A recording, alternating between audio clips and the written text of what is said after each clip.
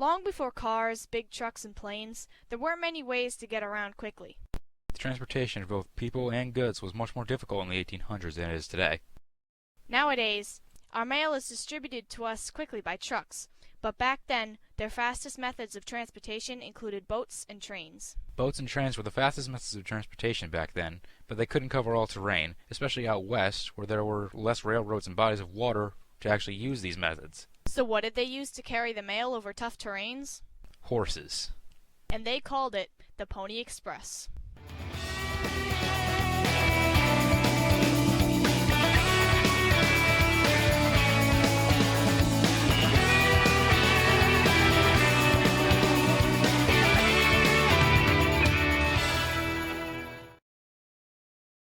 Postal service for the western part of the United States began in 1847, but the need for a faster way to transport this mail came with the gold rush. The large amounts of people coming into California searching for gold of their own greatly increased the population of California, and in 1850 it became a state of its own, prompting the local residents to want a faster, more efficient mail service so they can contact businesses and family back east. And Congress had its hand in trying to find ways. In 1855, they tried appointing $30,000 in an attempt to use camels to cross the desert to transport this mail. With the plan with camels blew up in their face, they decided they needed an actual system for transporting the mail. And after debating the topic, they decided to use John Butterfield's Overland Mail Company. Butterfield's company consisted of using horse-drawn carriages, and his route was 28,000 miles long, spanning from Fort Smith, Arkansas, going down into Texas, and then into California by traveling northwest through the Western Territories. But some people had other ideas. To meet the demands for a more dependable form of communication with the West, the Stage and Freight Company of Russell, Majors, and Waddell proposed a mail relay service between St. Joseph, Missouri and Sacramento, California. But William H. Russell was responsible for putting the Pony Express into operation in early 1860. The company began its official operation on April 3, 1860. It started with 2 riders on either end, one heading east and the other heading west. The longer the Pony Express was in operation, the more riders, stations, and horses were placed on the trail. The route that was used by the Pony Express riders was known as the Central Route.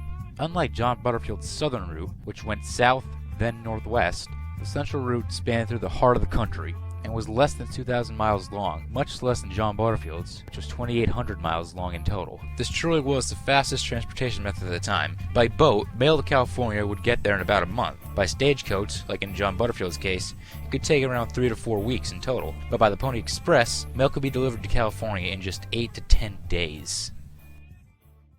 To keep horses safe and riders checked in, 157 relay stations were located from 5 to 20 miles apart. There were 2 different kinds of relay stations, swing stations and home stations. At swing stations, riders would swap their tired horses for rested and fed ones. At home stations, riders would eat, sleep, and prepare for the next run. Each rider rode about 75 miles per day, so it was important for them to have good stamina and be in good health. Most of the time, horses and riders were going at about 10 to 15 miles per hour at what is called a lope in Western equestrian sporting today. To a horse, loping is the easiest gait to use when covering vast miles. It is also very comfortable for the rider as well. Occasionally, the horse would gallop at speeds of up to 25 miles per hour, but galloping can really wear a horse's legs down if done unshod and/or on hard terrain. Morgans and thoroughbreds were often used on the eastern end of the trail due to their high speeds as well as their limb flexibility and durability. Pintos, also known as paints, were often used in the middle areas of the route because they had natural camouflage. American Indians used pintos as war horses due to this characteristic. Finally, Mustangs were pretty much always used on both the middle area and the western end of the trail. Mustangs are extremely native to the Great Plains and had no trouble navigating through deserts and plains. They are tough desert horses, but they were really only capable of carrying light riders. However, they could carry their riders almost endlessly with very little worry about food and water.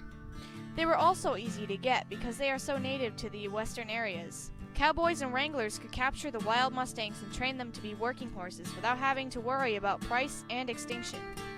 Mustangs were really one of the key breeds of horse used in the Pony Express. The riders themselves received around $50 for the service they provided, and over time, this rose to around $100 to $125. However, some riders, for their more dangerous routes, would have been paid up to $150 just for the sheer danger alone. One of the most crucial parts of this business was actually finding the riders. The riders would be risking their lives on a daily basis, and some of the advertisement signs they had out back then even said they would prefer orphans. Signs such as this would be hung in public areas, so the people who ran the Pony Express could find the people they were looking for to actually ride these horses and carry the mail. Aside from already knowing how to ride a horse, the riders had to be small, no more than 125 pounds, preferably not over the age of 18.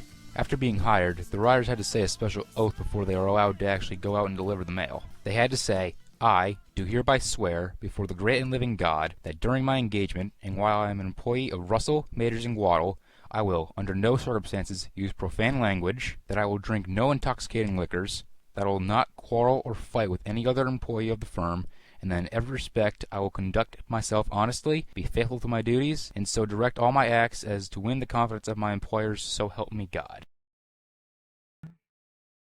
The saddles worn by the horses had a very small leather skirt, very light stirrups, and had a very short and broad saddle horn in the front.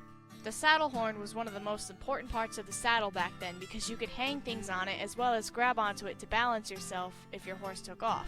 Modern-day Western saddles have horns and stirrups of similar form and are used for the same reasons. But English saddles today have no leather skirt at all, don't have a horn, and instead they have very thin metal stirrups. The Pony Express saddle looked like a cross between a modern-day jockey saddle and the said modern-day Western saddle. The mail was carried in what was known as a mochila. Mochila is Spanish for backpack. However, it wasn't really a backpack. It was more like a large rectangle-shaped leather covering with many different pouches that was thrown over the saddle. While the riders were fast, they couldn't compete with instant communication. On October 24, 1864, the Transcontinental Telegraph line was finally completed. With messages that could be instantly communicated over long distances, the Pony Express became instantly obsolete. Messages were tapped along the copper wire in what is known as Morse code, and the humming that was created by the wires led the Native Americans of the plains to call them the singing wires. On October 26, 1861, 2 days after the completion of the telegraph line, the Pony Express Company had disbanded, and the humming of the wire soon replaced the pounding of the horses' hooves, and the Pony Express became another frontier memory. Today, the Pony Express National Historic Trail runs through 8 states. When the ponies and riders carried the mail, many of these states were only territories. Historians and other interested people work with the National Park Service to mark the original trail, establish monuments, and restore stations. Each year in June, members of the National Pony Express Association conduct a re-ride to celebrate the story of the Pony Express and help others remember this great time in our country's history. During this event, a leather mochila is carried in horseback relays between St. Joseph, Missouri and Sacramento, California. The significance of the Pony Express is that it was and always will be considered the first of its kind.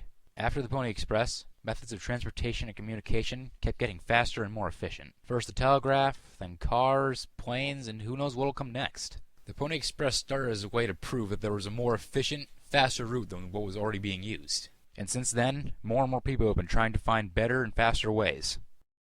The Pony Express will forever be remembered as a revolution in transportation and communication. I'm spinning.